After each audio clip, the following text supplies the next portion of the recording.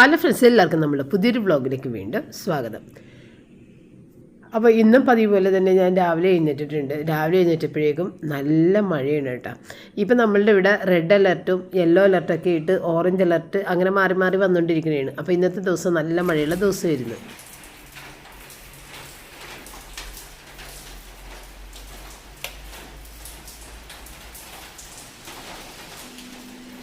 അപ്പോൾ ക്ലൈമറ്റ് മാറിയതോട് കൂടിയിട്ട് എല്ലാവർക്കും തന്നെ ജലദോഷവും തുമ്മലും തൊണ്ടവേദനയും ചെറിയൊരു പനിക്കോളും ഒക്കെ ആയിട്ട് അങ്ങനെ ഓരോരുത്തർക്ക് മാറി മാറി വന്നുകൊണ്ടിരിക്കുന്നുണ്ട്. ഏറ്റവും അത് ഞാൻ പറഞ്ഞിരുന്നില്ല, റയനായിരുന്നു. അത് കഴിഞ്ഞിട്ട് എനിക്ക് വന്ന് ഇപ്പോഴത്തെ പപ്പക്കും തുടങ്ങിയേക്കണേണ്. അതുകൊണ്ട് തന്നെ ഞാൻ പപ്പക്ക് ചുക്ക് കാപ്പിയാണ് ഇട്ട് കൊടുക്കുന്നത്. അപ്പോൾ ഈ ചുക്കും കുരുമുളകും ഇത്തിരി മസാലകളൊക്കെ അതിനകത്ത് ഇട്ടിട്ട്, പിന്നെ ഇവിടെ തുളസി ഇലയൊന്നും ഇല്ലാത്തതുകൊണ്ട് അതൊന്നും ഇട്ടിട്ടില്ല. പേരയിലൊക്കെ ഇടാം, അതൊന്നും നമ്മുടെ കയ്യിൽ ഇല്ലാത്തതുകൊണ്ട് ഇട്ടിട്ടില്ല. അത് ഇങ്ങനെ വറ്റി ഒരുവിധം ഒരു ഗ്ലാസ് വെക്കണമെങ്കിൽ അര ഗ്ലാസ് ആയിട്ട് വറ്റി കുടിക്കണമായിരിക്കുള്ളൂ നല്ലത്. അപ്പോൾ കുറച്ച് നേരം അതിനകത്ത് കിടന്നിട്ട് ഇങ്ങനെ ചെറിയ തീയിലിട്ട് തിളപ്പിച്ചിട്ട് വറ്റിച്ചെടുക്കും കേട്ടോ, അങ്ങനെ ചെയ്യണത്. അപ്പോൾ ഈ സംഭവം ഒന്നും ഞാൻ കുടിക്കാറില്ല. അപ്പോൾ കമൻസിൽ എൻ്റെ അടുത്ത് എഴുതിയിട്ടുണ്ടായിരുന്നു കുറച്ച് പേരിങ്ങനെ ചുക്ക് കാപ്പിയൊക്കെ കുടിക്കണമെന്ന്. അപ്പോൾ ഈ ഇഞ്ചി ചുക്ക് അങ്ങനത്തെ സംഭവങ്ങളൊക്കെ നമുക്ക് കോൺസ്റ്റിപ്പേഷൻ ഉണ്ടാക്കും. അത് എനിക്ക് പ്രശ്നം ഉണ്ടാക്കുന്ന കാര്യമാണ്. എനിക്ക് പൈൽസിൻ്റെ ബുദ്ധിമുട്ട് വരുന്ന ആളാണ്. അപ്പോൾ കോൺസ്റ്റിപ്പേഷൻ ഇല്ലാതെ നോക്കേണ്ടത് എനിക്ക് അത്യാവശ്യമാണ്. അതുകൊണ്ട് ആ സംഭവങ്ങളൊന്നും ഞാൻ കുടിക്കാറില്ല. ഇതുപോലെ ചൂടുവെള്ളമാണ് കുടിക്കുന്നത്. ചൂടുവെള്ളം നമുക്ക് ഒരിക്കലും കോൺസ്റ്റിപ്പേഷൻ ഉണ്ടാകാതെ ഇരിക്കാനുള്ള ഒരു സാധനം കൂടിയാണ്. പിന്നെ നമുക്ക് എപ്പോഴും ചൂടുവെള്ളം ഇത്തിരി കൂടുതൽ ചൂടായിട്ട് ഇത്തിരി കുടിച്ച് തൊണ്ട വഴി ഇങ്ങനെ ഇറങ്ങുമ്പോൾ ആ ഒരു ചൂട് തട്ടിയിട്ട് തന്നെ നമുക്ക് നീർക്കെട്ട് അങ്ങനെയുള്ള കാര്യങ്ങൾ മാറും. പിന്നെ നമ്മൾ ഇത്തിരി ചൂടുവെള്ളമൊക്കെ എടുത്തിട്ടില്ലേ, ഒരുവിധം നമ്മുടെ മുഖം പൊള്ളാത്ത രീതിയിൽ ചൂടുവെള്ളം എടുത്തിട്ട് മുഖം നന്നായിട്ട് ഇങ്ങനെ കഴുകി നമ്മുടെ ചെന്നി വഴി, നമ്മുടെ നെറ്റി ചെന്നി വഴി ഇങ്ങനെ തുടച്ച് കൊടുത്ത് ഒന്ന് ചൂടാക്കി കഴിഞ്ഞാൽ തന്നെ അവിടുത്തെ ഞരമ്പുകളൊക്കെ ഒന്ന് ചൂടായി നീർക്കെട്ടൊക്കെ പെട്ടെന്ന് മാറിട്ടാ. അപ്പോൾ അങ്ങനെയൊക്കെ തന്നെയാണ് ഞാൻ ഈ ജലദോഷമൊക്കെ ഇങ്ങനെ മാറ്റിയെടുക്കണം. അല്ലാതെ അപ്പം തന്നെ വീട്ടിൽ മരുന്നൊന്നും മേടിക്കാറില്ല. നമ്മളുടെ ശരീരത്തിലുള്ള വ്യത്യാസങ്ങൾ കാണുമ്പോൾ നമുക്കറിയാം മരുന്ന് വേണമെങ്കിൽ വേണം എന്ന് തോന്നും, അപ്പം മാത്രമേ മരുന്ന് മേടിക്കുള്ളൂ കേട്ടോ. അപ്പോൾ ഞാൻ കരിപ്പെട്ടി ചക്കര എൻ്റെ കയ്യിലുള്ളത് മറന്നുപോയായിരുന്നു. അപ്പം ഞാനത് കാപ്പിയിലെടുത്ത് തിളപ്പിക്കാൻ വിട്ടുപോയി. പിന്നെ പഞ്ചസാര ഇടാൻ ഓർത്തപ്പോഴാണ് ഇവിടെ കരിപ്പെട്ടി ചക്കര ഉണ്ട്. അപ്പം ഞാൻ പഞ്ചസാരക്ക് പകരം ചക്കര ഇട്ടിട്ട് ഇളക്കിയതാണ് കേട്ടോ. അപ്പം നമ്മൾ ഈ ചക്കരയും കൂടി ഇട്ടിട്ട് തിളപ്പിക്കുന്നതാണ് എപ്പോഴും നല്ലത്. അപ്പോൾ നമ്മുടെ ബ്രേക്ക്ഫാസ്റ്റിന് വേണ്ടിയിട്ട് വീറ്റ് ദോശയും ഉരുളക്കിഴങ്ങും പരിപ്പും കൂടി ചേർത്തിട്ടുള്ള കറിയും കൂടി വെക്കാമെന്ന് വിചാരിച്ചിട്ട് പരിപ്പെടുത്തതാണ്.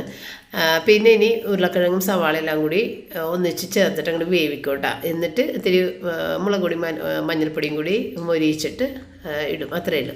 അപ്പോൾ ഇന്ന് ഞാൻ വോയിസ് ഓവർ കൊടുക്കാനിരിക്കുന്നത് റിച്ചാൻ്റെ റൂമിലാണ് കേട്ടോ. ഭയങ്കര എക്കോയാണ്. അപ്പോൾ അതിൻ്റേതായ ഒരു ശബ്ദ വ്യത്യാസം ഉണ്ടാവും കേട്ടോ. അപ്പോൾ ഇതെല്ലാം കുക്കറിലേക്ക് ഇട്ടിട്ട് ഒന്ന് വിസിൽ വരുന്ന ആ സമയം വരെ വിസിലടിക്കുന്നതിന് മുമ്പേ അങ്ങോട്ട് ഓഫ് ചെയ്തിടും കേട്ടോ. അല്ലാതെ എനിക്ക് ഒരുപാട് അങ്ങോട്ട് വെന്ത് പോകും. എനിക്ക് ഇങ്ങനെ കുഴമ്പ് പോലെ കിടക്കുന്നത് എനിക്ക് ഒട്ടും ഇഷ്ടമല്ല. അപ്പോൾ ഇനി വീറ്റ് ദോശയ്ക്ക് വേണ്ടിയിട്ടില്ലേ 2 കപ്പ് ഗോതമ്പ് പൊടിയും ഒരു 1/4 കപ്പോളം അരിപ്പൊടിയും കൂടി ചേർത്തിട്ട് ഇത്തിരി ഉപ്പും ചേർത്ത് അങ്ങോട്ട് നമ്മൾ സാധാരണ വെള്ളത്തിൽ റൂം ടെമ്പറേച്ചർ വെള്ളത്തിൽ അങ്ങോട്ട് കലക്കി വെച്ചിട്ട് ചൂടുകയാണ് ചെയ്യണത്. തേങ്ങയൊന്നും ഇടൂല. എനിക്ക് ഈ തേങ്ങയൊക്കെ കടിക്കുന്നതേ എനിക്കിഷ്ടമല്ല. തേങ്ങ ഇഷ്ടമുള്ളവർക്ക് ഇപ്പോൾ പപ്പ കാണുന്നുണ്ടെങ്കിൽ ഇഷ്ടപ്പെടും കേട്ടോ തേങ്ങ ഇടുന്നത്. പക്ഷേ എല്ലാവർക്കും കൂടി കഴിക്കാനുള്ളപ്പോൾ ഇവിടെ ആർക്കും തന്നെ തേങ്ങ ഇഷ്ടമില്ല. പുട്ടിന് തന്നെ തേങ്ങ ഇടുന്നത് കുട്ടികൾക്ക് ഇഷ്ടമില്ല. അപ്പോൾ എന്ന് പറഞ്ഞ പോലെ ഇതിലും കൂടി ഇനി തേങ്ങ ഇട്ട് കഴിഞ്ഞിട്ടുണ്ടെങ്കിൽ അവർക്ക് ഒട്ടും ഇഷ്ടപ്പെടില്ല. അതുകൊണ്ട് ഞാൻ തേങ്ങ ഇടൂല. തേങ്ങ ഇടേണ്ടവർക്ക് തേങ്ങ ഇടാം. അപ്പം ഇത്രയും നെയ്യ് ഒന്ന് തൂത്തിട്ടാണ് ചുട്ടെടുക്കുന്നത്, അത്രയേ ഉള്ളൂ. അപ്പം മഴ പെയ്തുകൊണ്ട് നിൽക്കുന്നുണ്ട് കേട്ടോ. അപ്പം നമ്മുടെ റിച്ചാൻ്റെ വണ്ടിയില്ലേ ഇത്രയും ദിവസമായിട്ടും വണ്ടി കിട്ടിയിട്ടില്ല. മൊത്തത്തിൽ ശോകാവസ്ഥയാണ്. റിച്ചാൻ്റെ കയ്യിൽ നിന്ന് 15,000 രൂപയോളമാണ് ഈ ഇത്രയും ദിവസങ്ങളിൽ ട്രാവൽ ചെയ്ത് പോയേക്കണം. അപ്പം ഞാൻ പറഞ്ഞിട്ടുണ്ടായിരുന്നു, ഇപ്പം ബസ്സിലൊക്കെ പോകണമെന്നുണ്ടെന്നുണ്ടെങ്കിൽ വെളുപ്പാങ്കാലത്ത് എഴുന്നേറ്റ് തന്നെ പോകണം. അവൻ ഉറങ്ങുന്നതേ 2 മണിക്ക് ശേഷമാണ്. അത്രയും വർക്കുണ്ട് ചെയ്ത് തീർക്കാൻ, വർക്കെന്ന് വെച്ചാൽ പഠിക്കാനായിട്ട്. അപ്പോൾ അങ്ങനെയുള്ള സന്ദർഭത്തിൽ അവന് ഉറങ്ങണമല്ല. അപ്പോൾ ഏകദേശം ഒരു 7 മണി, ഒരു 6:30 മണി വരെയൊക്കെ എങ്കിലും കിടന്നുറങ്ങിയിട്ടേ എഴുന്നേക്കാൻ പറ്റുള്ളൂ. അപ്പോൾ നമ്മൾ ബസ്സിന് പോകണമെന്നുണ്ടെങ്കിൽ 6:30 മണിക്ക് തന്നെ വീട്ടിൽ നിന്ന് ഇറങ്ങണം. അപ്പോൾ എത്രയോ നേരത്തെ അവൻ എഴുന്നേക്കണം. അപ്പോൾ അതൊക്കെ വെച്ചിട്ടൊക്കെയാണ് നമ്മൾ യൂബറിൽ പോണത്. പിന്നെ നമ്മളുടെ കാർ കാർ ഡ്രൈവ് ചെയ്ത് പോകാമെന്ന് വെച്ച് കഴിഞ്ഞാൽ ഭയങ്കര ബ്ലോക്കാണ്. ഈ ബ്ലോക്കിൽ പെട്ടിരിക്കുമ്പോൾ ഈ ഉറക്കം കുറവുള്ള ആളുകൾ ഉറങ്ങിയൊക്കെ പോകും. അപ്പോൾ അത് അവന് ചിലപ്പോൾ ഉറങ്ങിയൊക്കെ പോയാലും അത് പ്രശ്നമാകൂലേ വഴിയിൽ. അപ്പോൾ അങ്ങനെയൊക്കെയുള്ള ഒരു ചിന്തയിലാണ് നമ്മൾ കാർ എടുത്തിട്ട് പോകാത്ത കേട്ടോ റിച്ചാർഡ്. അപ്പോൾ അങ്ങനെ യൂബർ കാത്തു നിൽക്കുന്ന സീനാണ്. നല്ല മഴയും കേട്ടോ. അങ്ങനെ റിച്ചാർഡ് പോയതിന് ശേഷം പിന്നെ ഞാൻ വന്നിട്ട് കറിയൊക്കെ താളിച്ച് ഞങ്ങളുടെ ബ്രേക്ക്ഫാസ്റ്റിൻ്റെ സമയമായി. അപ്പോൾ ഇന്ന് നല്ല മഴയായിരുന്നു. റിച്ചാർഡ് പോയി കഴിഞ്ഞിട്ട് ഹെവി റെയിനായിരുന്നു. അപ്പോൾ ഈ മഴ ശക്തിയായിട്ട് പെയ്യാൻ തുടങ്ങിക്കഴിഞ്ഞപ്പോഴത്തേക്കും നമ്മളുടെ പുറത്തെ റൂഫില്ലേ, ആ റൂഫ് വല്ലാതെ ചോരുന്നത് കണ്ട്. കാരണം എന്ന് വെച്ച് കഴിഞ്ഞാൽ അപ്പുറത്തെ വീട്ടിൽ മാവുണ്ടല്ലോ. അപ്പോൾ നേരത്തെ നമുക്ക് ഈ റൂഫ് ഉണ്ടായിരുന്നില്ലല്ലോ, അതുകൊണ്ട് മാങ്ങ നമ്മളുടെ മുറ്റത്താണ് വന്ന് വീണുകൊണ്ടിരുന്ന വെച്ചതേ. ഇപ്പം അങ്ങനെയല്ല, ഈ മുറ്റത്ത് വീണുകൊണ്ടിരുന്ന മാങ്ങ ഇപ്പം ഈ റൂഫിൻ്റെ മീതലാണ് വന്ന് വീഴണത്. അപ്പം ഞാൻ ഈ മാങ്ങ ഉണ്ടാകുന്ന ആ സീസണിൽ ഞാൻ നിങ്ങളുടെ അടുത്ത് പറഞ്ഞിട്ടുണ്ടായിരുന്നു, പപ്പ മോളിൽ കയറിയിട്ട് ഒരുവിധം തോട്ടി എത്തുന്ന രീതിയിലുള്ള കണ്ണിമാങ്ങ മൊത്തം പറിച്ച് കളയാണ് ചെയ്യണത്. കാരണം ആ ഒരു ചെറിയ മാങ്ങ വീണാൽ പോലും നമ്മളുടെ റൂഫിൽ ഭയങ്കര ശബ്ദമാണെന്നൊക്കെ ഞാൻ പറഞ്ഞിട്ടുണ്ടായിരുന്നു. അപ്പം വലിയ മാങ്ങ വീണാനുള്ള അവസ്ഥ ഒന്ന് ചിന്തിച്ച് നോക്കണം. അതുകൊണ്ടാണ് നമ്മൾ ഈ കണ്ണിമാങ്ങ ആകുമ്പോൾ തന്നെ ഒരുവിധം എത്തുന്ന രീതിയിലുള്ളതൊക്കെ പപ്പ പറിച്ച് കളഞ്ഞുകൊണ്ടിരിക്കണേയിരുന്നു. എന്നിട്ട് പോലും സംഗതി വീണ് ഇപ്പം നമ്മുടെ റൂഫൊക്കെ പൊട്ടിയിരിക്കണേ. ഇനിയിപ്പോൾ അതുമൊക്കെ ഒന്ന് ശരിയാക്കണം. അങ്ങനെ ഒന്ന് മാറുമ്പോൾ ഒന്നായിട്ട് പണി നമുക്ക് വന്നുകൊണ്ടിരിക്കുന്നുണ്ട്.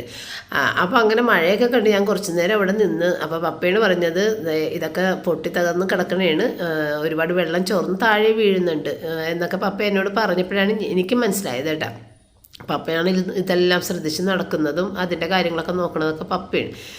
അപ്പോൾ അങ്ങനെ ഈ മഴയൊക്കെ പെയ്തപ്പോഴത്തേക്കും ഞാൻ വിചാരിച്ചേ ഇന്ന് ഏതായാലും ഇത്തിരി പിസ്സയൊക്കെ ഉണ്ടാക്കി വെക്കാം. കാരണം നമുക്ക് നമ്മുടെ ചീസ് തീർന്നിട്ടില്ല. ആ ചീസ് വീണ്ടും ഇരുന്ന് പഴകും തോറും അത് കളയേണ്ടി വരും. അപ്പോൾ ഏതായാലും പിസ്സ ഉണ്ടാക്കാൻ കുറച്ച് ദിവസം മുൻപ് തന്നെ ഉണ്ടാക്കണമെന്ന് വിചാരിച്ചാണ് കേട്ടോ. പക്ഷേ ഉണ്ടാക്കാൻ ആ സാഹചര്യം കിട്ടൂല. അതുകൊണ്ട് ഇന്നിപ്പോൾ ഒരു സമയം കിട്ടി. കാരണം എനിക്ക് കറി വെക്കലൊക്കെ കുറവായിരുന്നു. കാരണം നമ്മുടെ മീൻ 4 എണ്ണം ഫ്രിഡ്ജിൽ കട്ട് ചെയ്ത് വെച്ചിട്ടുണ്ടായിരുന്നു. അപ്പോൾ പിന്നെ അതെടുത്ത് അങ്ങോട്ട് വെച്ചാൽ മാത്രം മതി, വേറെ വെട്ടാനൊന്നുമില്ലല്ലോ. അപ്പോൾ അങ്ങനെ എനിക്ക് വേഗം കറിയുടെ കാര്യം കഴിഞ്ഞാൽ മീൻ കറി വെച്ചിട്ടുണ്ട്. അത് ഞാൻ വീഡിയോ എടുത്തിട്ടില്ല. എന്നാലും കറിയൊക്കെ വെച്ച് കഴിഞ്ഞ് എല്ലാം കഴിഞ്ഞിട്ടാണ് നമ്മൾ നമ്മുടെ പിസ്സയുടെ ഡോ ഒന്ന് കുഴച്ചിട്ട് വെച്ചത് കേട്ടോ. അത് അവിടെ കുഴച്ച് മാറ്റി വെച്ചതിന് ശേഷം നമ്മുടെ വൈൻ കെട്ടിയതൊന്ന് ഇളക്കി പഞ്ചസാര ഒന്ന് അലിയിപ്പിച്ചിട്ടാ. ഇനിയിപ്പോൾ ഞാൻ ഈ വൈൻ തുറക്കണത് ക്രിസ്മസിൻ്റെ തലേ ദിവസം മാത്രമായിരിക്കും, അല്ലാതെ ഞാൻ അങ്ങനെ ഇടയ്ക്ക് ഇളക്കാറില്ല. ഇത്തവണ ഞാൻ ഇത്തിരി വ്യത്യസ്തമായിട്ട് ഇത്തിരി ഈസ്റ്റൊക്കെ ഇട്ടിട്ടാണ് ചെയ്തേക്കണം. അപ്പോൾ ഈസ്റ്റ് ഇടുമ്പോഴത്തേക്കും ഇടയ്ക്ക് ഇളക്കണം. അപ്പോൾ എനിക്ക് സമയം കിട്ടിയാൽ ഇളക്കും, അല്ലെങ്കിൽ ഇളക്കില്ല, അത്രയേ ഉള്ളൂ. നമുക്ക് നോക്കാം. ഈ ഒരു ടൈപ്പ് വൈൻ ഞാൻ ഇട്ടിട്ടില്ല. എൻ്റെ ഒരു അളവിൽ നിന്ന് വ്യത്യസ്തമായിട്ടുള്ളൊരു അളവിലാണ് വൈൻ ഇട്ടേക്കണത്. അപ്പോൾ നോക്കിയിട്ട് എന്താണെന്ന് വെച്ച് കഴിഞ്ഞാൽ ഏറ്റവും അവസാനം ക്രിസ്മസിൻ്റെ തലേ ദിവസം നമുക്ക് എടുക്കാൻ പറ്റുള്ളൂ. കാരണം 25 ദിവസത്തെ വൈനാണ് നമ്മൾ ഇട്ടേക്കണത്, 30-ാം തീയതി ആണല്ലോ. അപ്പോൾ അങ്ങനത്തെ ഇതാണ് മീൻ കറി കേട്ടോ. അപ്പോൾ നമ്മുടെ പിസ്സയുടെ ഡോ തയ്യാറാക്കിയപ്പോഴത്തേക്കും അതിനകത്തേക്ക് നമ്മൾ നേരെ ചൂടുവെള്ളത്തിലാണ് കേട്ടോ ഈസ്റ്റും പഞ്ചസാര ഉപ്പും കൂടി ചേർത്തിട്ട് ഇളക്കി അതിനകത്തേക്ക് ഒരു 3-3.5 കപ്പ് മൈദപ്പൊടിയും കൂടി ചേർത്തിട്ട് കുഴച്ച് ഇത്തിരി ലൂസായിട്ട് ഇവിടെ മാറ്റി വെച്ചിട്ടുണ്ട്. അപ്പോൾ അതെടുത്തിട്ട് ഞാൻ ഓവൻ്റെ അകത്തേക്ക് വെച്ചേക്കുന്നതാണ്. കാരണം പുറത്ത് മഴയൊക്കെ ഉള്ളതുകൊണ്ട് തന്നെ പുറത്തിരുന്ന് കഴിഞ്ഞാൽ അതിൽ തണുപ്പ് പിടിക്കും. അപ്പോൾ ഓവൻ്റെ അകത്ത് നമ്മൾ തണുപ്പൊന്നും കയറാതിരിക്കും, അല്ലാതെ ഓവൻ ചൂടാക്കിയിട്ടൊന്നുമില്ല കേട്ടോ. അങ്ങനെ കയറ്റി വെച്ചിട്ടുണ്ട്. അപ്പോൾ ഇത് ബാംഗ്ലൂരിൽ നിന്ന് മേടിച്ചുകൊണ്ട് വന്ന അവൻ്റെ ഇത് വാക്വം വാട്ടർ ബോട്ടിലാണ് കേട്ടോ. അപ്പോൾ ചൂടുവെള്ളം അവനും ഒഴിച്ചിട്ട്, അവനെപ്പോഴും ചൂടുവെള്ളം ഇപ്പോൾ കുടിക്കണത്. കാരണം അവിടെ വെച്ചിട്ട് അവനൊരു അസുഖം വന്നതുകൊണ്ടാണ് വയറിൻ്റെ ഒരു കംപ്ലൈൻറ്റ് വന്നത്, ഫുഡ് ഇൻഫെക്ഷനായത്. അപ്പോൾ അത് കഴിഞ്ഞിട്ടാണ് അവൻ ഈ ചൂടുവെള്ളമൊക്കെ കുടിച്ച് അഡ്ജസ്റ്റ് ചെയ്യാൻ തുടങ്ങിയത് കേട്ടോ. അപ്പോൾ അവിടെ വെച്ച് മേടിച്ചായിരുന്നു. അപ്പോൾ അതും കൊണ്ട് ഇങ്ങോട്ട് പോന്നിട്ടുണ്ടായിരുന്നു. അപ്പോൾ അതിൽ വെള്ളം ചൂടാക്കി ഞാൻ ഒഴിച്ചതാണ് കേട്ടോ. അപ്പോൾ പഴം പപ്പ മേടിച്ച് കൊണ്ടുവന്ന് വെച്ച്, എങ്കിൽ തന്നെയും പഴം അവിടെ ഇരിക്കട്ടെ. വൈകുന്നേരം സാധാരണ ഇവരിപ്പോൾ പഴമാണ് തിന്നണത് വൈകുന്നേരം. അപ്പോൾ എല്ലാ ദിവസവും ഇങ്ങനെ ആകുമ്പോൾ ഒരു ബുദ്ധിമുട്ട് തോന്നുമല്ലോ എന്ന് വിചാരിച്ചിട്ട് പഴം ഞാൻ അവിടെ തന്നെ വെച്ച് എന്നിട്ടാണ് ഈ പിസ്സ ഉണ്ടാക്കാമെന്ന് വിചാരിച്ചിട്ട്. അപ്പോൾ അങ്ങനെ പഴം വെച്ച് കഴിയുമ്പോഴത്തേക്കും പഴം എല്ലാം കൂടി ഇരുന്ന് പഴുക്കോട്ടാ നമ്മൾ കഴിച്ചില്ലെങ്കിൽ.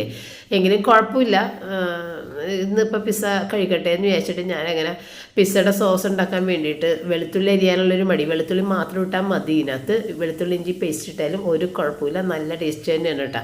അപ്പോൾ വെളുത്തുള്ളി ഇഞ്ചി പേസ്റ്റ് എൻ്റെ കയ്യിലുള്ളതുകൊണ്ട് വെളുത്തുള്ളി ഇഞ്ചി പേസ്റ്റ് ഞാൻ നമ്മുടെ ബ്രാൻ ഓയിലിൻ്റെ അകത്തേക്ക് ഇട്ടിട്ട് കുറച്ചധികം ക്യാപ്സിക്കം, തക്കാളി, സവാളയുടെ വില ഭയങ്കരമായിട്ട് കൂടിയിരിക്കുന്നതുകൊണ്ട് തന്നെ അധികം ഞാൻ എടുത്തിട്ടില്ല. അപ്പോൾ അങ്ങനെ അതിട്ടൊന്ന് വഴറ്റി അതിന് ശേഷം അത് മൂടി വെച്ചിട്ട് വേഗട്ടെ, വെന്ത് ഒന്ന് അലിയട്ടെ എന്ന് വിചാരിച്ച്. ഇത് മിക്സിയിൽ അരച്ചൊരു പൾപ്പ് ആക്കിയിട്ടാണ് സാധാരണ പിസ്സ സോസ് ഉണ്ടാക്കണമെങ്കിൽ ഞാൻ ഒരിക്കലും അങ്ങനെ മിക്സിയിലിട്ട് അരച്ചുണ്ടാക്കിയിട്ടില്ല. ഇത് മതി, ഇത് നല്ല ടേസ്റ്റ് അങ്ങനെ ഇടുമ്പോൾ ഒരു പീസസ് ആയിട്ട് കിടന്നാലും കുഴപ്പമില്ല. പിന്നെ ഇത് ടോപ്പിങ്സിന് വേണ്ടിയിട്ട് നമ്മൾ അരിഞ്ഞു വെച്ചതാണ് കേട്ടോ വെജിറ്റബിൾസ്. ഇനി നമുക്ക് ചീസും ഗ്രേറ്റ് ചെയ്തെടുക്കണം, ചിക്കനും ഫ്രൈ ചെയ്തെടുക്കണം. അപ്പോൾ ചിക്കൻ വന്നിട്ട് അവിടെ ഇരിക്കുന്നുണ്ട്. അപ്പോൾ മഴ ചെയ്തുകൊണ്ട് തന്നെ ചിക്കൻ ഓർഡർ ചെയ്തിട്ട് വരാനൊക്കെ ഒരുപാട് താമസിച്ചിട്ട് ആ മഴയത്ത് പുള്ളിക്ക് വരാൻ പറ്റിയില്ല. അപ്പോൾ അങ്ങനെ ചിക്കന് ലേറ്റ് ആയിട്ടാണ് വന്നേക്കണത്. അപ്പോൾ നമ്മുടെ മാവ് പൊങ്ങിക്കഴിഞ്ഞ്, പക്ഷേ ഈ ചിക്കൻ വരാൻ താമസം ചെയ്തുകൊണ്ട് പിന്നെ നമ്മൾ അതൊക്കെ ഫ്രൈ ചെയ്തെടുക്കാതെ മാവുമ്മേ തൊടണ്ടാന്ന് വിചാരിച്ചിട്ട് ഞാനങ്ങനെ മാവ് എടുത്ത് നോക്കിയിട്ട് അങ്ങോട്ട് തന്നെ തിരിച്ച് വെച്ചതാണ്. പൊങ്ങിയാന്ന് നോക്കിയിട്ട് ഇപ്പോൾ നന്നായിട്ട് പൊങ്ങിയിരിക്കുന്നുണ്ട്, എങ്കിലും കുഴപ്പമില്ല, അതവിടെ മാറ്റി വെച്ച്. അപ്പോൾ ഇതിനകത്തേക്ക് നമ്മൾ കുറച്ച് മുളക് പൊടി, എരിവില്ലാത്ത കാശ്മീരി ചില്ലി, നല്ല കളറ് കിട്ടും. അപ്പം എരിവില്ലാത്ത കാശ്മീരി ചില്ലി പൗഡറും വേണമെന്നുണ്ടെങ്കിൽ എരിവുള്ള മുളക് പൊടിയും ചേർത്ത് കൊടുക്കുക. പിന്നെ ദേ സോസും കൂടി ഒഴിച്ച്, പിന്നെ നമ്മളുടെ ഇതുണ്ടല്ലോ സീസണിങ്, പിസ്സ സീസണിങ് കൂടി ഇട്ടിട്ടാണ് ഇത്. ഒറിഗാനോ എൻ്റെ കയ്യിൽ തീർന്നു പോയിട്ടുണ്ട്, അതല്ലെങ്കിൽ ഒറിഗാനോ ഇടുമായിരുന്നു കേട്ടോ. ഒറിഗാനോ ഇല്ല, അതുകൊണ്ട് ഞാൻ പിസ്സയുടെ സീസണിങ് മാത്രം ഇട്ടിട്ട് ഇത് ഒന്ന് കുത്തി ഉടച്ച് അതവിടെ മൂടി വെച്ചിട്ടാണ്. ഇത്രയേ ഉള്ളൂ. ഇനി നിങ്ങൾക്ക് വേണമെന്നുണ്ടെങ്കിൽ ഇതെടുത്ത് മിക്സിയിലിട്ട് അരച്ചിട്ട് ഒന്നുകൂടി വറ്റിച്ച് ഒന്ന് കുറുക്കിയിട്ടൊക്കെ എടുക്കാം. അത്രയും മെനക്കേടിന് ഞാൻ നിൽക്കാറില്ല, അതും മതി, നല്ല ടേസ്റ്റാണ്. അപ്പോൾ ഇന്ന് ഞാൻ ഒരു ടിക്ക മസാല ആക്കിയിട്ടാണ് ഇതിൻ്റെ ടോപ്പിങ്ങിന് വേണ്ട ചിക്കൻ എടുക്കുന്നത്. അതിന് വേണ്ടിയിട്ട് നമ്മൾ ഇത്തിരി തൈര് തീർന്നിട്ടുണ്ടായിരുന്നു, അതുകൊണ്ടുള്ളത് ഇട്ടിട്ടുണ്ട്. പിന്നെ ഇതിനകത്തേക്ക് നമ്മൾ മല്ലിപ്പൊടി, മുളക് പൊടി, മഞ്ഞൾപ്പൊടി, ചെറിയ ജീരകത്തിൻ്റെ പൊടി, ചെറുനാരങ്ങ നീര്, ഒരു ഇത്തിരി ഓയിൽ, നമ്മൾ സൺഫ്ലവർ ഓയിൽ അല്ലെങ്കിൽ ബ്രാൻ ഓയിൽ ഏതാണ് എടുക്കുകയെന്ന് വെച്ചാൽ അതും കൂടി ചേർത്തിട്ട് നമ്മളിതിനെ ചിക്കൻ മാരിനേറ്റ് ചെയ്ത് വെക്കുക. അപ്പോൾ ഇതൊരു ടിക്ക മസാല ആക്കിയിട്ട് ചിക്കൻ ടിക്ക ഉണ്ടാക്കിയിട്ടാണ് ഇതിൻ്റെ മീതെ വെക്കാൻ പോകണം. നല്ല ടേസ്റ്റാണ് കേട്ടോ അങ്ങനെ ചെയ്യുമ്പോൾ. അല്ലെന്നുണ്ടെങ്കിൽ സാധാരണ ഞാൻ ചെയ്യണത് ഉപ്പും കുരുമുളകും മഞ്ഞൾപ്പൊടിയും ഇത്തിരി മുളക് പൊടിയും കൂടി ചേർത്തിട്ട് ചിക്കൻ ഒന്ന് മാരിനേറ്റ് ചെയ്ത് ഫ്രൈ ചെയ്തെടുക്കുകയാണ് ചെയ്യണത്, വേറെ കാര്യങ്ങളൊന്നുമില്ല. അപ്പോൾ ഇതിനകത്ത് നമ്മൾ മല്ലിപ്പൊടി, മുളക് പൊടി, ചെറിയ ജീരകത്തിൻ്റെ പൊടി, തൈര്, ഇത്തിരി ചെറുനാരങ്ങ നീര്, ഓയിൽ, ഇത്ര സാധനം ഇട്ടിട്ടാണ് കേട്ടോ. വെളുത്തുള്ളി ഇഞ്ചി പേസ്റ്റ്, അത് മറന്നുപോയി പറയാം, വെളുത്തുള്ളി ഇഞ്ചി പേസ്റ്റ് ഇട്ടിട്ടുണ്ട്. അപ്പോൾ ഇതിനകത്ത് ഇടാത്തത് നമ്മൾ ഗരം മസാലയും കുരുമുളക് പൊടിയാണ് ഇതിനകത്ത് ഇടാത്തത്. ഒന്നുകൂടി ഞാൻ എടുത്ത് പറഞ്ഞതാണ്, ഗരം മസാല കുരുമുളക് പൊടി ഇട്ടിട്ടില്ല, അതിന് പകരം നമ്മൾ ചെറിയ ജീരകത്തിൻ്റെ പൊടിയാണ് ഇട്ടേക്കുന്നത്. പിന്നെ നമ്മൾ ചീസ് ഗ്രേറ്റ് ചെയ്തെടുത്തിട്ടുണ്ട്. അപ്പോൾ ഇനി നമ്മൾക്ക് നമ്മുടെ പിസ്സയുടെ മാവ് എടുത്തിട്ട് പരത്താം. അപ്പോൾ ഞാൻ ഇതിൽ ലൂസായിട്ട് എടുത്തേക്കുന്നതുകൊണ്ട് തന്നെ പെട്ടെന്ന് പരത്തിയെടുക്കാൻ സാധിക്കും. അപ്പോൾ കൂടുതലായിട്ടുള്ള എന്ന് വെച്ചാൽ 3 പിസ്സ ഉണ്ടാക്കാനായിട്ട് കൂടുതൽ മാവാണ് നമ്മൾ റെഡിയാക്കിയേക്കുന്നത്. അപ്പോൾ അതുകൊണ്ട് 3 പിസ്സയാണ് ഉണ്ടാക്കുന്നത്. 2 ചിക്കൻ പിസ്സയും 1 വെജ് പിസ്സ പപ്പയ്ക്ക് വേണ്ടിയിട്ട്. അപ്പോൾ അങ്ങനെ ഉണ്ടാക്കുന്നത് കേട്ടോ. അപ്പോൾ ഇതിനകത്തേക്ക് ആദ്യം തന്നെ ഞാൻ ഈ സോസ് സ്പ്രെഡ് ചെയ്തതിന് ശേഷം അതിൻ്റെ മീതയിൽ ചീസായിട്ടത് കേട്ടോ. സാധാരണ ഞാൻ അതിൻ്റെ മീതയിലേക്ക് നമ്മൾ ടോപ്പിങ്സ് എല്ലാം വെച്ചതിന് ശേഷം ഏറ്റവും മുകളിലാണ് ചീസ് ഇടുന്നത്. പക്ഷേ ഇങ്ങനെ ആദ്യം ചീസ് ഇട്ടിട്ട് അതിൻ്റെ മീതയിലേക്ക് ടോപ്പിങ്സ് വെച്ച് കഴിയുമ്പോഴത്തേക്ക് നമ്മുടെ ചീസെല്ലാം ഉരുകി കിട്ടിയിട്ടുണ്ടായിരുന്നു. പിന്നെ നമ്മളുടെ ഓവനിൽ ബ്രൗണിങ് ഇപ്പോൾ എന്തോ കംപ്ലൈൻ്റ് ആയിട്ട് കിടക്കണതുകൊണ്ട് തന്നെ ബ്രൗണിങ് വരില്ല. പിസ്സയുടെ ചുറ്റുമുള്ള ആ ഒരു ബണ്ണിൻ്റെ ആ ഒരു പോർഷൻ ഉണ്ടല്ലോ, അങ്ങനെ പൊങ്ങി നിൽക്കൂലേ, അതിൽ അല്ലെന്നുണ്ടെങ്കിൽ ആ ഒരു ബ്രൗണിങ് വരും. ഇതിപ്പോൾ ബ്രൗണിങ് ഇല്ല എന്ന് വെച്ചിട്ട് കുഴപ്പമൊന്നുമില്ല. അങ്ങനെ അത് ഞാനൊരു 15 മിനിറ്റ് ഇട്ടിട്ടുണ്ട്. 220 ഡിഗ്രി സെൻറ്റിഗ്രേഡിലാണ് ഞാൻ ആ 220 തന്നെ 10 മിനിറ്റ് പ്രീ ഹീറ്റ് ചെയ്തിട്ടാണ് വെച്ചേക്കണത്. പ്രീ ഹീറ്റ് ചെയ്യാതെ വെക്കരുത്. അപ്പോൾ പ്രീ ഹീറ്റ് ചെയ്ത ഓവനിൽ പിന്നെ 15 മിനിറ്റ്, അപ്പോൾ 10 മിനിറ്റ് പ്രീ ഹീറ്റ് ചെയ്തിട്ടുണ്ട്, 15 മിനിറ്റ് നമ്മൾ 220 ഡിഗ്രിയിൽ ഇട്ടിട്ടുണ്ട് കേട്ടോ. അപ്പം അടുത്ത ഇത് പിസ്സയുടേതും റെഡിയാക്കി അവിടെ വെച്ച്. അപ്പോൾ എൻ്റെ കയ്യിൽ 2 സ്ലൈസ് ആയിട്ടുള്ള പിസ്സ ഉള്ളതുകൊണ്ട് അത് ഓരോന്നിൽ ഞാൻ ഇട്ട് കൊടുത്തതാണ്. അത് തീർത്തതാണ്, കാരണം അതൊക്കെ വെറുതെ കയ്പൊക്കെ ആയി പോകണ്ടല്ലോ എന്ന് വെച്ച്, കയ്പ് വരും ഈ സാധനത്തിന്. അപ്പോൾ അതുകൊണ്ട് ഞാൻ ഇട്ടതാണ് കേട്ടോ തീർക്കാൻ വേണ്ടിയിട്ട്. പിന്നെ ഞാൻ ആദ്യം വെച്ച പിസ്സയുടെ സീസണിങ് ഇടാൻ മറന്നു പോയിട്ടുണ്ട്. ചില്ലി ഫ്ലേക്സ് ഇടണം, പിന്നെ പിസ്സയുടെ ആ ഒരു സീസണിങ് ഇടണം, അത് മറന്നു പോയിട്ടുണ്ടായിരുന്നു. അപ്പോൾ അത് ഓവനിൽ വെച്ച് കുറച്ച് നേരം ഒന്ന് കറങ്ങി കഴിയുമ്പോഴത്തേക്ക് ഓർത്തത്, പിന്നെ ഞാൻ തുറന്നിട്ട് അതൊക്കെ ഇട്ടിട്ടുണ്ടായിരുന്നു കേട്ടോ. അപ്പോൾ എൻ്റെ കയ്യിൽ ചില്ലി ഫ്ലേക്സ് ഇല്ലാത്തതുകൊണ്ടില്ലേ, ഞാൻ മുളക് പൊടി ഇല്ലേ, എരിവുള്ള മുളക് പൊടി ഇങ്ങനെ തരിതിരിയായി ഇങ്ങനെ ഒന്ന് സ്പ്രെഡ് ചെയ്ത് വളരെ കുറച്ചായിട്ട് ഇട്ടിട്ടുണ്ടായിരുന്നു. അത് നല്ല അടിപൊളിയായിരുന്നു കേട്ടോ അങ്ങനെ ഇട്ടിട്ട്. എന്നിട്ട് ഇത്തിരി ഉപ്പും കൂടി ഇട്ട് വെതറി ഇങ്ങനെ കൊടുത്തിട്ടുണ്ടായിരുന്നു. പിന്നെ നമ്മളുടെ ഈ പിസ്സ സോസിന് അത്യാവശ്യം ഉപ്പൊക്കെ ഉണ്ടെങ്കിലാണ് നമ്മുടെ പിസ്സക്ക് ഇത്തിരി ടേസ്റ്റ് ഉണ്ടാവുള്ളൂ. കാരണം നമ്മൾ ടോപ്പിങ്സ് വെക്കണ പച്ചക്കറികൾക്കൊന്നും ഉപ്പൊന്നുമില്ലല്ലോ. അപ്പോൾ ഇതെല്ലാം കൂടിയിട്ടൊന്ന് എല്ലാം ചേർന്ന് വരുമ്പോഴത്തേക്കും കറക്റ്റ് ഉപ്പായി വരും. അപ്പോൾ അങ്ങനെ ഇന്നത്തെ പിസ്സ നല്ല അടിപൊളി ടേസ്റ്റിലാണ് കിട്ടിയത്. ഒന്നാമത് ചിക്കൻ ടിക്കയാണ് നമ്മൾ ഇട്ടേക്കുന്നത്. പിന്നെ ഇത്തിരി ഉപ്പൊക്കെ ഞാൻ സ്പ്രെഡ് ചെയ്ത് കൊടുത്തിട്ടുണ്ടായിരുന്നു. നമ്മുടെ പിസ്സ സോസിൽ ഉപ്പുണ്ടായിരുന്നു. അങ്ങനെ കൊള്ളാമായിരുന്നു. ചീസിനും ഒരുവിധ ഉപ്പുണ്ട്.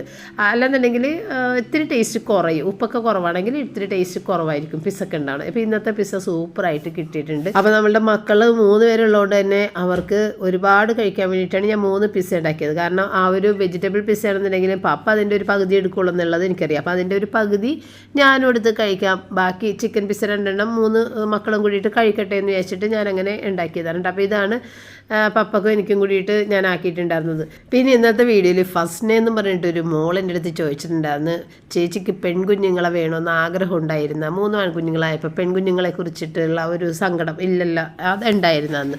അത് കമൻസിൽ പറയണേ ചേച്ചി, കമൻസിലല്ല വീഡിയോയിൽ പറയണേ ചേച്ചി, ഇതിലെനിക്ക് റിപ്ലൈ തരണ്ട എന്നൊക്കെ എഴുതിയിട്ടുണ്ടായിരുന്നു. അപ്പോൾ അതിനെക്കുറിച്ച് പറയാനാണെന്നുണ്ടെങ്കിൽ ഒരുപാട് ആഗ്രഹിച്ചതാണ് ഞാനൊരു പെൺകുഞ്ഞിനെ. അപ്പോൾ ആദ്യത്തേത് എന്തായാലും മോനായിരിക്കണമെന്ന് തന്നെയായിരുന്നു ആഗ്രഹം. അതുപോലെ മോനായി. രണ്ടാമത്തേത് ഒരു മോളായിരിക്കണമെന്ന് ഒരുപാട് ആഗ്രഹിച്ചു. എനിക്ക് കുഞ്ഞുങ്ങളെ ഒരുക്കി നടത്താൻ ഭയങ്കര ഇഷ്ടമാണ്. അത് പെൺകുഞ്ഞിനെ ഒരുക്കാൻ പറ്റുള്ളല്ലോ നമുക്ക്.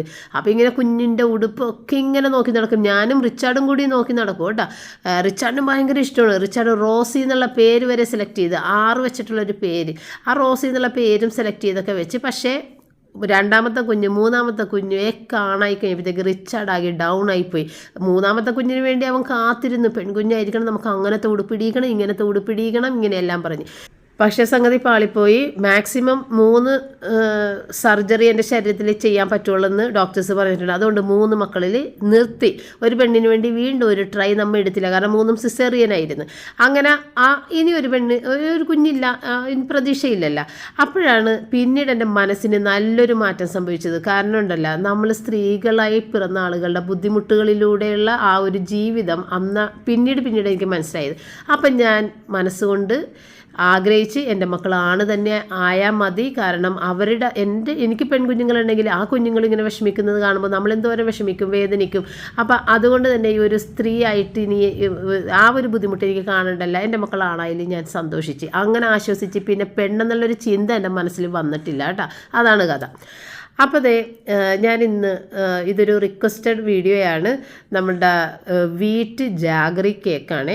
അപ്പോൾ അതിന് വേണ്ടിയിട്ട് ഞാൻ ആശീർവാദിൻ്റെ 1 കപ്പ് വീറ്റ് പൗഡർ എടുത്തിട്ടുണ്ട്. അതിനകത്തേക്ക് 2 നുള്ളു ഉപ്പും 1/2 ടീസ്പൂൺ ബേക്കിംഗ് സോഡയും 1 ടീസ്പൂൺ ബേക്കിംഗ് പൗഡറും ഈ 3 സാധനവും കൂടി ചേർത്ത് ഇടഞ്ഞ് അതവിടെ മാറ്റി വെച്ചേ. ഇനി നമുക്ക് ഇതിനകത്തുള്ള മസാല, ഇത്തിരി ഗരം മസാല നമ്മൾ ഇടുമല്ലോ, അതൊന്ന് എടുത്തിട്ട് പൊടിച്ചെടുക്കണം കേട്ടോ. അപ്പം നമ്മൾ പഞ്ചസാര ഉപയോഗിക്കാത്തത് കൊണ്ട് ഞാൻ ഏതായാലും പഞ്ചസാര ചേർത്ത് പൊടിക്കണില്ല. കല്ലിൽ വെച്ചത് സെപ്പറേറ്റ് പൊടിക്കാൻ പോണേ. ഏലക്ക 1 എണ്ണം, 2 ഗ്രാമ്പു, ഇത്തിരി നീളത്തിൽ പട്ട, ഇത്തിരി മുന്നിൽ പട്ടയുടെ ടേസ്റ്റ് നിൽക്കുന്ന രീതിയിൽ ഇത്തിരി പട്ട എടുത്തിട്ടുണ്ട്. പിന്നെ ജാതിക്കയുടെ കുരുവിൻ്റെ ഒരു ചെറിയൊരു പീസും എടുത്തിട്ടുണ്ട് കേട്ടോ. അപ്പോൾ ഇത് ഞാൻ ഇടിച്ച് പൊട്ടിക്കാൻ വേണ്ടിയിട്ട് നമ്മുടെ റയൻ്റെ കയ്യിൽ കൊടുത്തുവിട്ട് റയൻ പുറത്ത് കൊണ്ടുപോയി വെച്ചിട്ട് കുഞ്ഞ് ഇടികളിലിട്ട് പൊടിക്കുന്നുണ്ട് കേട്ടോ അത്. അപ്പോൾ ആ സമയത്ത് നമുക്ക് ഇതിനകത്ത് വേണ്ട വെറ്റ് ഇൻഗ്രീഡിയൻസ് റെഡിയാക്കാനായിട്ട് ആദ്യം 2 മുട്ട കേട്ടോ. 1 കപ്പിന് പൊടിക്ക് 2 മുട്ട, 2 മുട്ടയും 1/2 കപ്പ് വെജിറ്റബിൾ ഓയിൽ ഇടാതെയൊക്കെ ഉണ്ടാക്കി കഴിഞ്ഞാൽ കേക്കിന് ടേസ്റ്റ്, കേക്ക് പൊടിഞ്ഞൊക്കെ പോകും. അപ്പോൾ ഓയിൽ എന്തായാലും ചേർക്കണം. അത് ബട്ടർ, നെയ്യ് എന്ത് വേണമെങ്കിലും ചേർക്കാം. ഇത് മിക്സ് ചെയ്ത് ചേർക്കാം, അങ്ങനെ നിങ്ങളുടെ ഇഷ്ടത്തിന് ചേർക്കാം. വെളിച്ചെണ്ണ മാത്രം ചേർക്കരുത്. അപ്പോൾ 1/2 കപ്പിൻ്റെ ഇതെടുത്തിട്ട് ഞാൻ മുഴുവനായിട്ട് എടുത്തിട്ടില്ല. 1/2 കപ്പിൽ ഒരു 3/4 ഭാഗമേ ഞാൻ എടുത്തിട്ടുള്ളൂ കേട്ടോ ഓയിൽ. എന്നിട്ട് അത് ഇത്തിരി വാനില എസൻസ് മുന്നിൽ നിൽക്കുന്ന രീതിയിൽ ഇടണം. കാരണം നമ്മളെ വീറ്റ് കേക്ക് ആയതുകൊണ്ട് തന്നെ ആ ഗോതമ്പിൻ്റെ ഒരു രുചി വരാതെ ഇത്തിരി കുറഞ്ഞ് കിട്ടാൻ വേണ്ടിയിട്ട് ഞാൻ ഇത്തിരി കൂടുതൽ 1.5 ടീസ്പൂണോളം വാനില എസൻസ് ചേർക്കുന്നുണ്ട് കേട്ടോ. അത് മയണൈസ് അടിക്കണ പോലെ ഹൈ സ്പീഡിൽ പെട്ടെന്ന് അടിച്ച് നിർത്തുക. ചൂടായി വേഗരുത് മുട്ട ഒരിക്കലും. അപ്പോൾ ഹൈ സ്പീഡിൽ പെട്ടെന്ന് അത് അടിച്ച് ഞാൻ അവിടെ വെച്ചിട്ടുണ്ട്. അപ്പോൾ നമ്മളുടെ മസാലപ്പൊടി ഇങ്ങനെ പൊടിച്ചെടുക്കുന്നതുകൊണ്ട് തന്നെ ഒന്ന് അരിച്ചെടുക്കണം. അതുകൊണ്ട് ഞാനത് ഒന്ന് അരിച്ചെടുത്ത് അതിനകത്തേക്ക് പൊടികളുടെ കൂട്ടത്തിൽ ചേർത്തൊന്ന് മിക്സ് ചെയ്ത് വെക്കണേണ്. പിന്നെ ഇതിനകത്ത് ചേർക്കാനുള്ള ശർക്കരയുടെ കാര്യമാണ് എനിക്ക് പറയാനുള്ളത്. നിങ്ങൾ പൊടി ശർക്കര മേടിക്കണമെങ്കിൽ അതായിരിക്കും ഏറ്റവും നല്ലത്. ഇനി അഥവാ കട്ടിയുള്ള ഉണ്ട ശർക്കര എടുത്തുണ്ടെങ്കിൽ അത് നന്നായിട്ട് തന്നെ ചീവി എടുത്തിട്ട് 1/2 കപ്പ് എടുക്കുക. അപ്പോൾ ശർക്കരയുടെ ക്വാളിറ്റി ഒന്ന് ശ്രദ്ധിച്ചേക്കണം. നമ്മുടെ ഈ എന്തെന്നാ പറഞ്ഞത്, വെല്ലം അങ്ങനെയല്ലേ പറഞ്ഞത്, അതുപോലത്തെ ശർക്കരയൊക്കെ ആണെന്നുണ്ടെങ്കിൽ ഇതിൻ്റെ രുചി മാറിപ്പോകും കേട്ടോ. അപ്പോൾ സാധാരണ ശർക്കര, ക്വാളിറ്റിയുള്ള ശർക്കര തന്നെ ഈ ഒരു കേക്ക് ഉണ്ടാക്കാനായിട്ട് എടുക്കണം. അപ്പോൾ ഇതുപോലെ പൊടിച്ച ശർക്കരയാണെങ്കിൽ ഒന്നും ചെയ്യാനില്ല. ഈ ഒരു 1/2 കപ്പ് എടുത്തിട്ട് അത് ഈ മയണൈസ് അടിച്ച പോലത്തെ സംഭവത്തിനകത്തോട്ട് ഇട്ടിട്ട് എല്ലാം കൂടി നന്നായിട്ടൊന്ന് അടിച്ചെടുക്കുക. ഇത്രയേ ഉള്ളൂ, വളരെ എളുപ്പമാണ് കേട്ടോ. അല്ലെന്നുണ്ടെങ്കിൽ ഈ പറഞ്ഞ പോലെ ശർക്കര ചിരണ്ടി എടുത്തിട്ട് അതിൻ്റെ അഴുക്ക് കളയാൻ വേണ്ടിയിട്ട് ഇപ്പോൾ നമ്മൾ 1/2 കപ്പ് ഇങ്ങനെ അളന്നെടുത്തിട്ട് അത് ഒരിത്തിരി വെള്ളമൊഴിച്ച് ഉരുക്കി അരിച്ച് ഇപ്പോൾ തണുത്തതിന് ശേഷം ഇതുപോലെ ആ മയണൈസ് പോലത്തെ സംഭവത്തിൽ ഇട്ടിട്ട് അടിച്ചെടുക്കുക. അപ്പോൾ അതൊന്നുമില്ലാതെ ഇങ്ങനെയാണെന്നുണ്ടെങ്കിൽ നിങ്ങൾക്ക് എളുപ്പത്തിൽ ചെയ്തെടുക്കാൻ പറ്റും കേട്ടോ. അല്ലെന്നുണ്ടെങ്കിൽ ശർക്കരയുടെ ഈ അഴുക്കൊക്കെ നമ്മൾ മാറ്റിയെടുക്കണം. അപ്പോൾ ഉരുക്കി അരിച്ച് ഒരുപാട് വെള്ളം നീണ്ടു പോകാതെയൊക്കെ എടുക്കണം. അധികം അങ്ങോട്ട് ലൂസായി പോയാൽ നമ്മുടെ ബാറ്ററും ലൂസായി പോകും. അപ്പോൾ ശർക്കര ഉരുക്കിയെടുക്കണവർ വളരെ ശ്രദ്ധിച്ച് വെള്ളം കുറച്ച് ശർക്കര ഉരുക്കിയെടുത്ത് ഇതിനകത്ത് ചേർത്ത് അടിച്ച് ഇതുപോലെ ചെയ്താൽ മതി. അപ്പോൾ ഇതിനകത്ത് നമ്മൾ വേറെ കളറുകളാ കാരമലൈസ് ചെയ്ത് ചേർക്കുന്ന പഞ്ചസാര നമ്മൾ ഇടണില്ലല്ലോ. അപ്പോൾ നമുക്ക് കാരമലൈസ് ചെയ്യാനും പറ്റില്ല. ഇതൊന്നും ചെയ്തിട്ടില്ല. നല്ല അടിപൊളിയായിട്ട് സൂപ്പർ കേക്കാണ് കേട്ടോ കിട്ടണത്. അപ്പോൾ ഇങ്ങനെ പഞ്ചസാര വേണ്ട, മൈദ വേണ്ട എന്ന് പറയണവർക്ക് പറ്റിയ കേക്കാണ്. ഇത് ഞാൻ നേരത്തെയും ഉണ്ടാക്കിയിട്ടുണ്ട്. പക്ഷേ അതിനകത്ത് നമ്മൾ ജാഗറിയല്ല ചേർത്തേക്കണത്, ഗോതമ്പ് മാവിൽ പഞ്ചസാര ഇട്ടാണ് ഞാൻ ഉണ്ടാക്കിയേക്കണം. അപ്പോൾ ഇത് വേണമെന്ന് പറഞ്ഞ ഒരാൾക്ക് ഞാനതിൻ്റെ ലിങ്ക് കൊടുക്കാതിരുന്ന കാര്യം ഇതാണ്. അതിന് ഞാൻ പഞ്ചസാരയാണ് ഉപയോഗിച്ചേക്കണം, ജാഗറിയല്ല. പക്ഷേ ഗോതമ്പാണ് ഉപയോഗിച്ചേക്കണം നമ്മുടെ പ്ലം കേക്കിൽ. അപ്പോൾ നമ്മുടെ ബാറ്ററിയില്ലേ കുറച്ച് തിക്കായിട്ട് വന്നതുകൊണ്ട് മിക്സ്ഡ് ജാറ് കഴുകിയിട്ടാണ് ഒഴിച്ചത്. അല്ലെന്നുണ്ടെങ്കിൽ പാലൊഴിച്ച് ഒന്ന് ഇത്തിരി കൂടി ലൂസാക്കാം. മാക്സിമം ടൈറ്റായിട്ട് തന്നെ എടുക്കണം, എങ്കിലും ഇത് ഓവർ ടൈറ്റായി പോയതുകൊണ്ടാണ് നമ്മൾ ഇത്തിരി ലൂസാക്കിയത്. പിന്നെ ഇത് നമ്മുടെ ബേക്കിംഗ് പൗഡറും ബേക്കിംഗ് സോഡയൊക്കെ ഒന്ന് ആക്ടിവേറ്റ് ആകാനായിട്ട് ഒരു 1/2 ടീസ്പൂൺ വിനാഗിരി കൂടിയിട്ട് ഒഴിച്ചിട്ടുണ്ട്. കാരണം ഇത് ഒരു വീറ്റിൻ്റെ ഇതായതുകൊണ്ട് തന്നെ നമ്മൾ കുറച്ചും കൂടി ഒന്ന് സോഫ്റ്റ് ആകാൻ വേണ്ടിയിട്ട് അങ്ങനെ ചെയ്താണ് കേട്ടോ. ഒരുപാട് ഹാർഡായി പോകണ്ട. പിന്നെ എന്ന് വെച്ച് കഴിഞ്ഞാൽ നമ്മുടെ പ്ലം കേക്ക് എന്ന് പറയുന്നത് ഫ്രൂട്ട് കേക്കുകളെല്ലാം ഹാർഡായിരിക്കും ഒരുവിധം. അത് സോഫ്റ്റായിട്ടല്ല അതിൻ്റെ ടെക്സ്ചർ ഉള്ളത്, അത് ഒരുവിധം ഹാർഡായിട്ടാണ്. അത് ടീ കേക്കാണ് നമ്മൾ സോഫ്റ്റായിട്ടൊക്കെ എടുക്കുന്നത് കേട്ടോ. ഈ ഫ്രൂട്ട്സൊക്കെ ഇടുമ്പോൾ തന്നെയും ഇത് ഹാർഡായിട്ടുള്ളൊരു കേക്കാണ്. അതാണ് അങ്ങനെയാണ് വരേണ്ടത്. അപ്പം നമ്മൾ അതിൻ്റെ അകത്തേക്ക് ഇനി നമ്മുടെ റമ്മിൽ കുഴച്ച് വെച്ചേക്കുന്ന ഫ്രൂട്ട്സ് ഇട്ട് കൊടുക്കണേ. അപ്പോൾ നിങ്ങളുടെ കയ്യിൽ റമ്മിലൊന്നും കുഴക്കണമെന്നില്ല. നിങ്ങൾക്ക് സാധാരണ ഫ്രൂട്ട്സ് ഒന്ന് ഗോതമ്പൊടി മൈദ നിങ്ങൾ ഉപയോഗിക്കുന്നില്ലല്ലോ, ഗോതമ്പൊടിയിൽ ഒന്ന് കോട്ട് ചെയ്തിട്ട് ഇതിനകത്തേക്ക് ഇട്ടാൽ മതി കേട്ടോ. ഇതിപ്പോൾ നമ്മൾ റമ്മിൽ സോക്ക് ചെയ്തായതുകൊണ്ട് നമുക്കിത് കോട്ട് ചെയ്യേണ്ട ആവശ്യമില്ല, ഡയറക്റ്റ് ഇതിനകത്തേക്ക് ഇട്ട് കൊടുക്കുക. അപ്പോൾ ഞാൻ ഫ്രൂട്ട്സ് ഒരുപാട് അങ്ങനെ ഇടണില്ല കേട്ടോ. എനിക്ക് ഒരുപാട് ഫ്രൂട്ട്സ് കഴിക്കുന്ന ഒരു പ്ലം കേക്ക് എനിക്കത്ര ഇഷ്ടമല്ല. റിച്ച് പ്ലം കേക്ക് എന്നും പറഞ്ഞിട്ട് ഒരുപാട് ഇതൊക്കെ നിറയെ ഫ്രൂട്ട്സ് ആയിരിക്കുള്ളൂ, അത് എനിക്കത്ര ഇഷ്ടമല്ല. അപ്പോൾ ഒരു മിനിമം ഒരു 1/2 കപ്പൊക്കെ ഇട്ടാലും മതി. എന്നിട്ട് ഞാൻ നേരത്തെ തന്നെ നല്ല ഹൈറ്റുള്ള ഒരു ടിന്നെടുത്ത് ഗ്രീസ് ചെയ്ത് അവിടെ എണ്ണ ഒഴിച്ചിട്ടിട്ടുണ്ട്. അപ്പോൾ ഞാനൊന്ന് തുടച്ച് ഒന്ന് ബ്രഷ് ചെയ്ത് എല്ലായിടത്തും ഒന്ന് ആക്കിയിട്ട് അതിനകത്തേക്ക് ഒഴിക്കാൻ വെക്കണേ. അപ്പോൾ എനിക്ക് റയൻ അതൊക്കെ കട്ട് ചെയ്ത് തന്നു കേട്ടോ, പേപ്പറൊക്കെ. അപ്പോൾ ഈ ഒരു ടിന്ന് ഞാൻ മേടിച്ചിട്ട് ഇന്ന് വരെ ഇതിനകത്ത് കേക്ക് ഉണ്ടാക്കിയിട്ടില്ല. അപ്പോൾ ഈ ടിന്ന് ഞാൻ മേടിച്ചേക്കണത് ഈ ഒരു പ്ലം കേക്ക് ഉണ്ടാക്കാൻ വേണ്ടിയിട്ടല്ല കേട്ടോ. നമുക്ക് ഐസിങ് ഒക്കെ ചെയ്യണ കേക്കില്ലേ നല്ല ഹൈറ്റിൽ കിട്ടാൻ വേണ്ടിയിട്ടാണ് ഈ ഒരു ടിന്ന് ഞാൻ മേടിച്ച് വെച്ചേക്കണത്. 6 ഇഞ്ചിൻ്റെ വലുപ്പത്തിൽ നല്ല ഹൈറ്റുള്ളൊരു ടിന്നാണിത്. അപ്പോൾ ഈ ടിന്നിൻ്റെ അകത്ത് നമ്മളിപ്പോൾ പ്ലം കേക്കൊക്കെ ചെയ്യണമെങ്കിൽ നമുക്ക് ഒരുപാട് ടൈം എടുക്കും വെന്ത് വരാനായിട്ട്. അപ്പോൾ പ്ലം കേക്ക് ചെയ്യുമ്പോൾ നമുക്ക് ഇത്തിരി പരന്ന പാത്രത്തിൽ ചെയ്യുന്നത് തന്നെയാണ് നല്ലത് കേട്ടോ. അപ്പോൾ ഇത് ഞാൻ ഇതൊന്നും ഉപയോഗിക്കാമല്ലാന്ന് വിചാരിച്ചിട്ട് മാത്രം ഇതെടുത്തു. അതുപോലെ ഇതിനകത്ത് 1.5 കപ്പ് പൊടി വെച്ചിട്ടുള്ള കേക്ക് ആയിരിക്കുള്ളൂ ഇത് നിറഞ്ഞു നിൽക്കുന്ന രീതിക്ക് കേക്ക് വരണത് കേട്ടോ.